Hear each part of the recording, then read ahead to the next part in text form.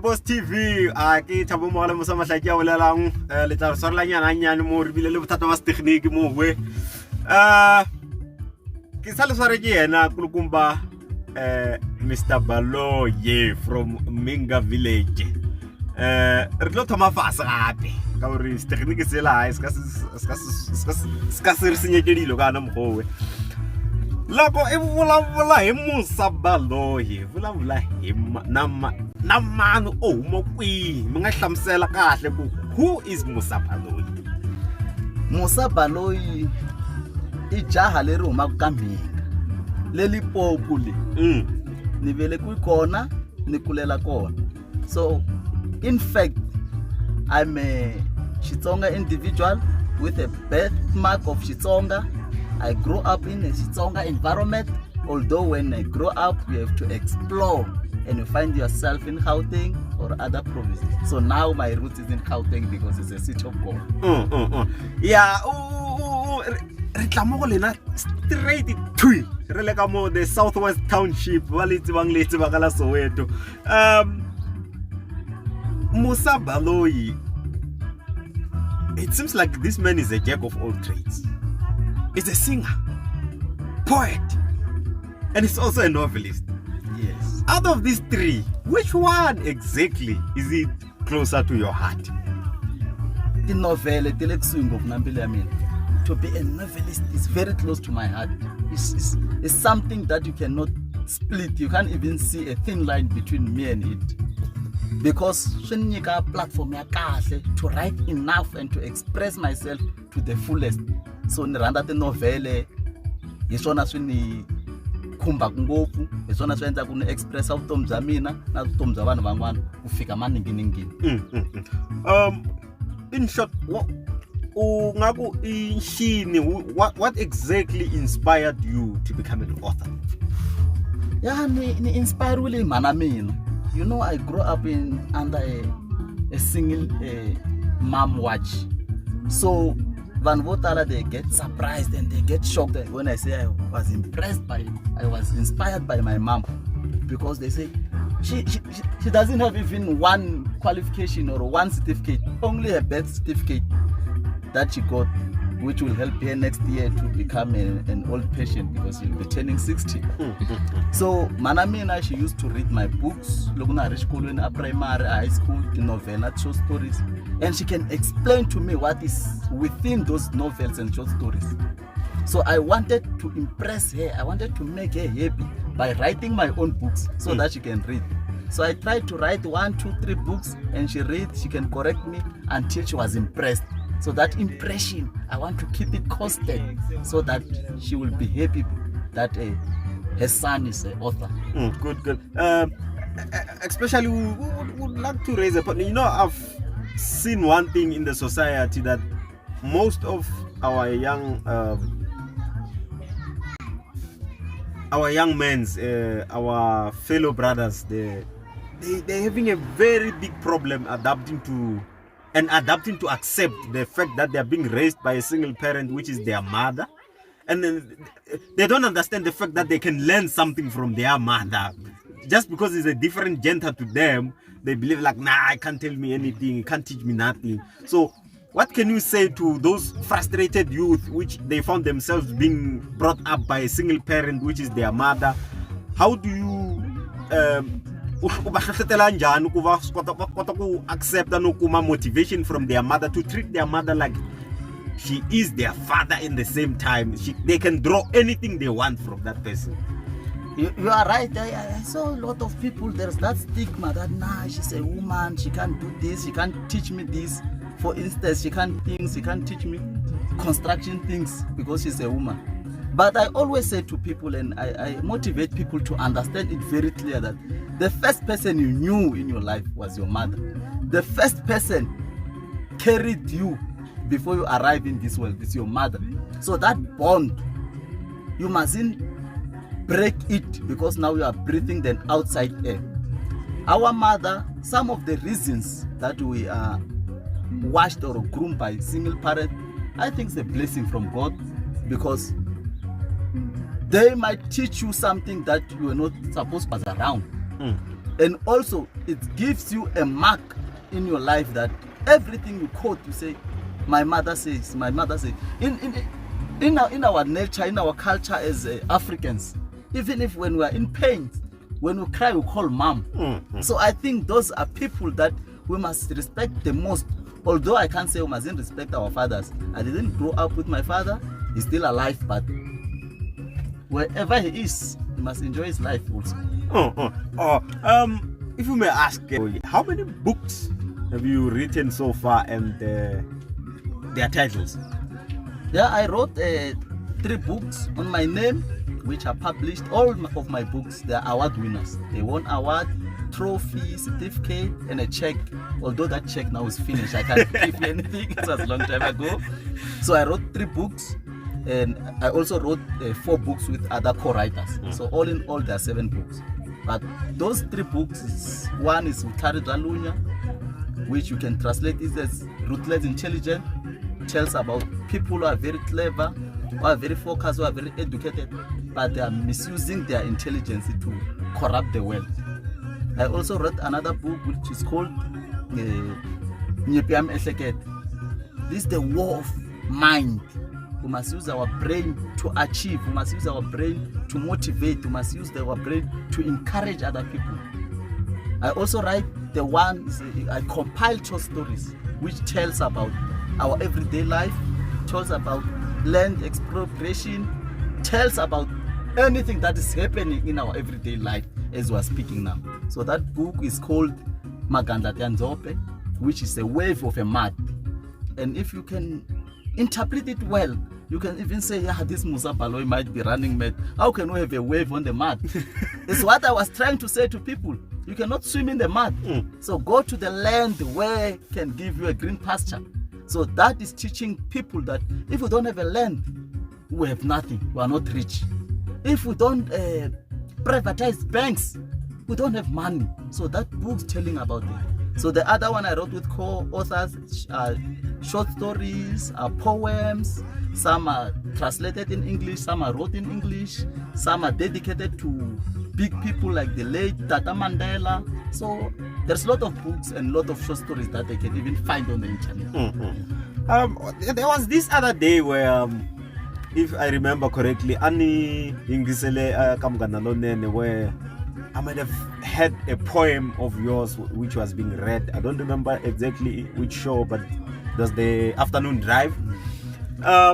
You were talking about Dadana Mandela, if I'm not mistaken. Today is his last day of the last day of his month. Well, what can you say to the youth out there? What can they learn from this person, this Jitiri, but this big guy, which you have learned and it shaped up your life, and you would like to share it with our viewers there at home? Yes, I think you are right. If I remember well, that poem you are talking about, Munganalo Nene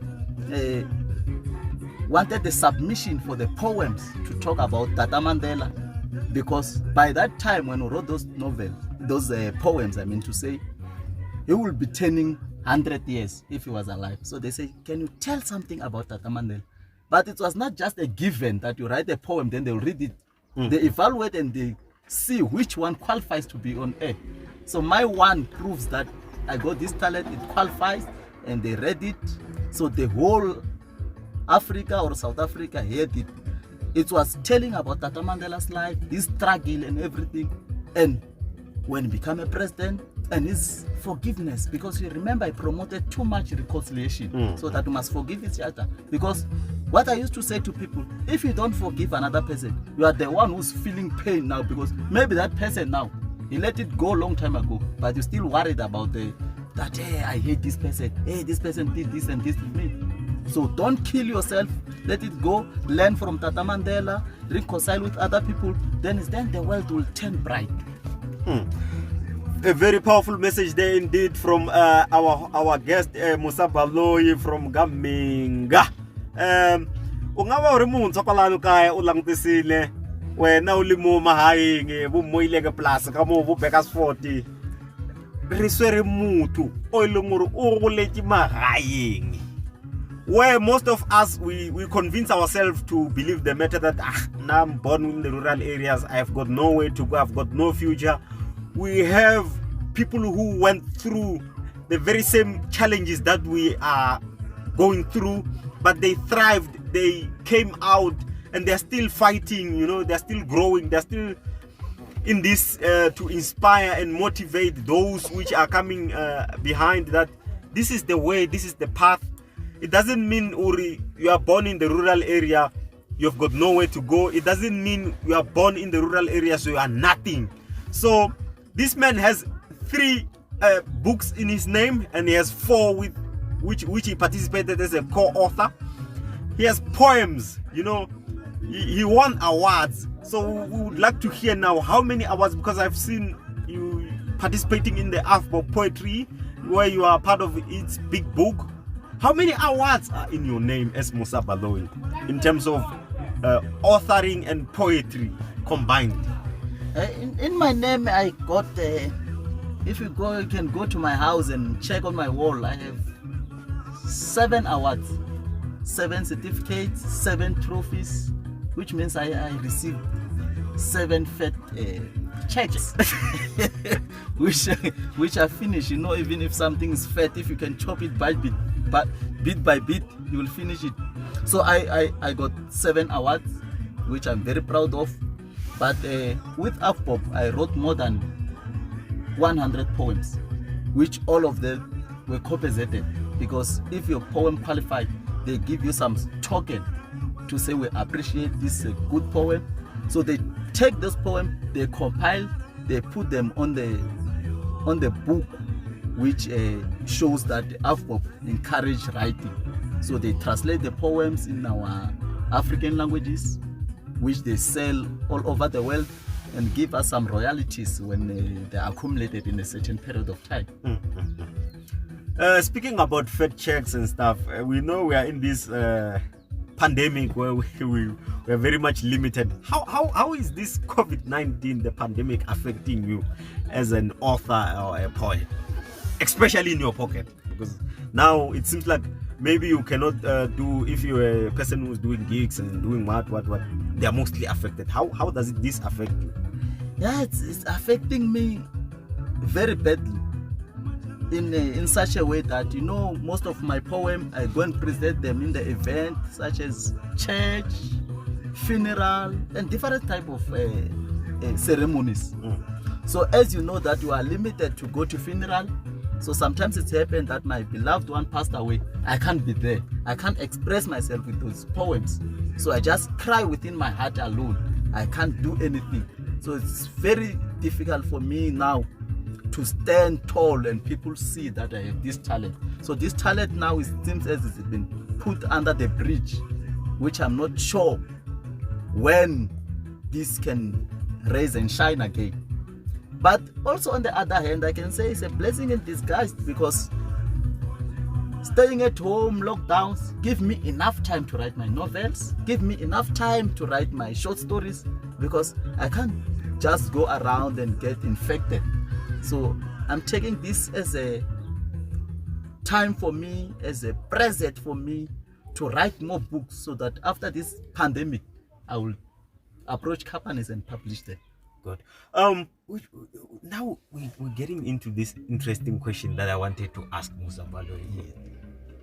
Authoring and being a poet, what do you consider it? Do you consider it a hobby, or do you consider it, because I believe you are doing 9 to 5 and you are working at something else in the engineering industry. Yes. So you being an author, are you considering it as a hobby that is a career in a nutshell on the other side, or like how do you explain you being an author? Do you consider it's a career thing, or is it a hobby that became a career? Yeah, I think it's a hobby that became a career, because if you have that talent, you can't just fold your hand. It tells you every day. It's digging you, scratching you every day. Say, write more, write more. So sometimes I can say it become a career, because in the desperate situation where sometimes I need money, I can say now I'm writing for money. So it's giving something, it's putting something on the table. But most of the time I'm just writing to express myself, to teach people, to motivate people, to educate people. That is my core point. That's my main aim. Although you cannot just act as a charity where you can write books and just give for free. Something must come within so that I can live, I can breathe, so that I can write more in the future. Very interesting, powerful and interesting thing there. Because why am I asking this question about it being a hobby or not hobby? Because I'm from the rural area. I've seen people with talent, and they're not taking it seriously. I've seen people with a passion on their hobbies, but they haven't put it in a scale where it would even generate revenue for them. Like I was telling people last week, creating a YouTube channel is not even a rocket science. Within a minute, you are there. You are expressing your hobby. You are showing people what you are capable of. So what can you say to the youth which are there and they are not taking their hobbies serious? Someone which is at Shugundu village there, Minga village there, they are not taking their hobbies that serious, or they have that syndrome. Yeah, you see, I always say to people, if you have a hobby, you have a talent, you are given something to share with people, to share with the world, and you don't want to do that, I'm saying it's a crime, because you want to die with something that you are given to come and plant it on earth. So people must discover their hobby, they must discover their talent and work on that. Other people will motivate them, will encourage them, or will give them a guideline or a channel that will turn their hobby into a money providing scheme. So people must discover their hobby and they must find how good are they in that hobby. Some of the hobbies, they become career because government, academically, they constructed a course or qualifications that can support those hobbies.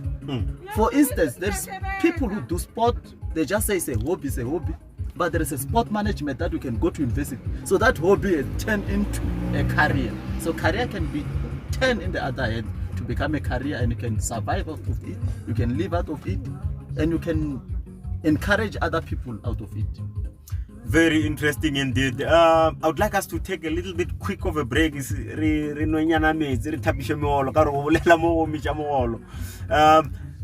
catch us after this. Musa Baloyi, so that you can see as a singer, this person who the name of the song Vutlhari abahlahlubele utahlamusela kahle kusivula kuyini leswi swa vukati abahlahlubele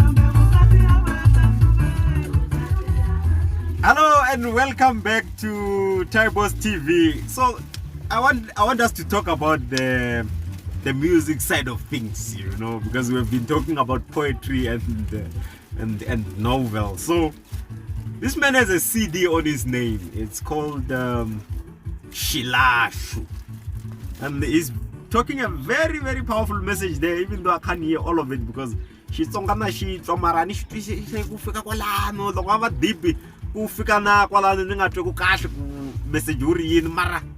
what does this song talk about? Vukati avahlahlubeli. Vukati avahlahlubeli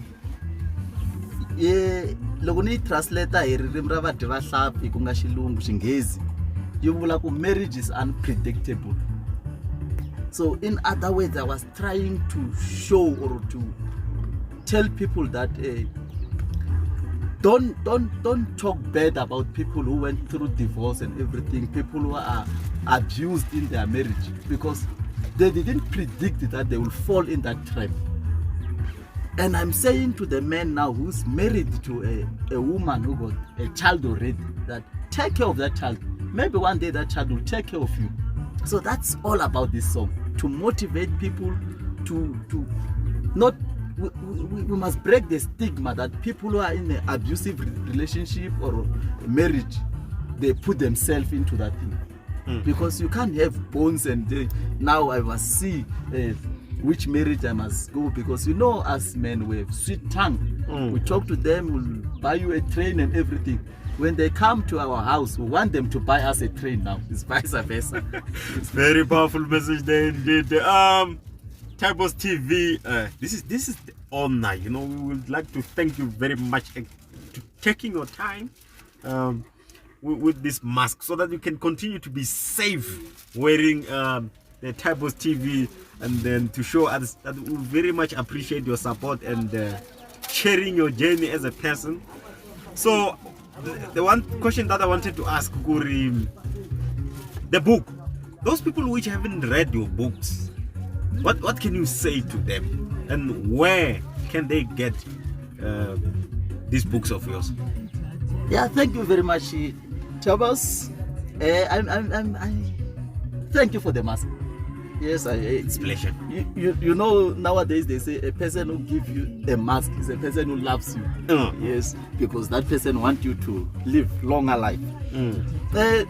Those people who want my books, they must first know that they are missing a lot in those books, because those books went through a lot of evaluations.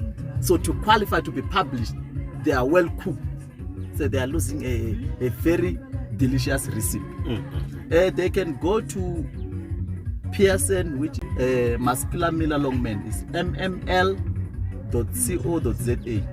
If they can go there, they will follow all the steps on how to order those books. They can go to lot.co.za. They can find those books, or just by googling the name of the book, they will have all the information how to order the books. And all my books are very reasonable. They are very because if it's expensive, it might be 120 rand. So a person can buy even for the whole family if he doesn't want to share his book, because other people, they can make his book dirty and they want to put it on the kitchen unit, want to put it on the wardrobe, anywhere where you can see it. Where if you have a stress, if anything you want to refer, you can go and read that book again. I was scrolling through YouTube there. I saw that you're having a channel where you distribute your work as a poet, and there's this poem that I read and that I listened to, which you posted very recently, where you're talking about Sukweleti. It's a very powerful message where you're teaching us to avoid debt and stuff like that. What exactly motivated you to come up with that concept of, I want to share this message of debt, you know? What was going through your mind to what I was trying to do is to motivate people, that people must be patient. If you see someone successful, you're not sure when did he started with that journey. So it takes one step to walk 100 miles.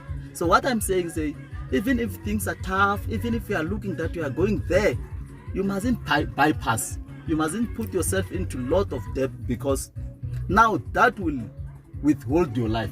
Because before you get there, you must finish paying. And now you are not living your own life. You are living someone's life, because you are owing someone who will call you at any time. And you can't be rude with him because you owe that person. So I'm saying all young people, young individuals, they must try to plan their life. They must focus that from today, I want to do this. In the near future, I want to see myself there. Then you do all your budgeting and your calculations. You will get there one day. Very powerful message indeed, which is also in line with the video that we made previously, that just because your neighbor is building a house within a week, don't copy that. You don't even know your neighbor about lotto or something. So I was very much interested in that video, because it was speaking to something that we also said in the channel, trying to show from a different point of view, where we were not talking about debt, but we're just talking about stop competition as a person. Don't compete with your friend because you feel like your friends doesn't deserve better than you, which the message that he also articulated very nicely, that we normally even go as far as getting deeper into debt, trying to show that no, I'm also powerful, which is a temporary powerfulness and destroying of your future. So what I wanted to because we are getting to conclusion of the show, where can our viewers get hold of Musa Baloyi in terms of our social media platform, technology wise? Yeah, I'm not much into technology, but I'm grooming, I'm growing there, I'm stepping in now. I got my Facebook page, which is Musa Aubrey Baloyi. They can find me there. It's where I post a lot of things, my motivations, my encouragement, and I post good things, I can say. So if you can bump into that page, you are not lost. Just scroll and go through, you'll read. I also have a Twitter handle where I'm Musa Baloyi the Poet, at Musa Poet. So people can go there, they can find my poem live, so they can read, they can listen, because not everyone can read. Some people, they only have a listening skill. Some people, they didn't do our language at school, but by listening, they can catch something that can help them in the future. Very, very, very nice.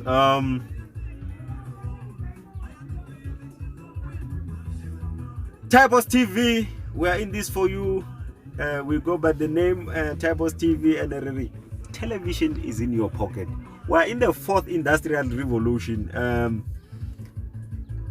He is utilizing the 4th industrial revolution. He has a YouTube channel, he has a Facebook, he has Twitter. I'm not too sure if he's there on Instagram, but he's there. He's trying to mingle with us as youth. He's trying to convey a message as a person. Baloyi, Chila Baloyi, Fenele Kulu. He can sing up from Garwangwe Nakwana, me kota kunyika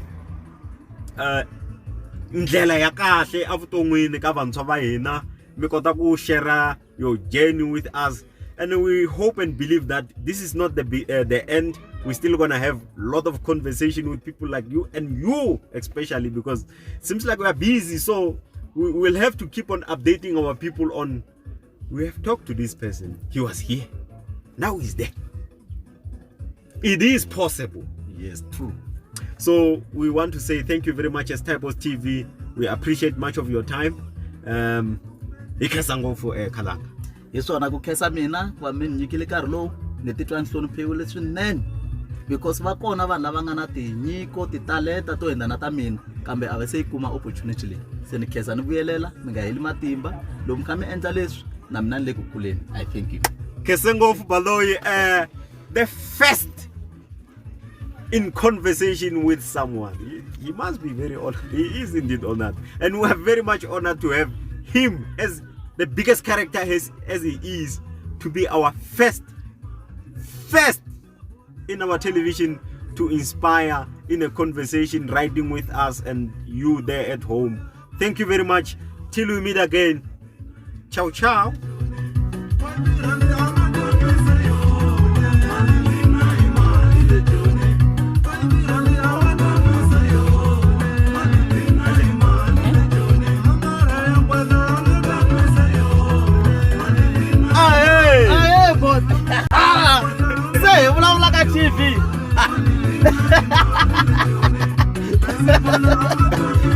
Hayi sona ngoku.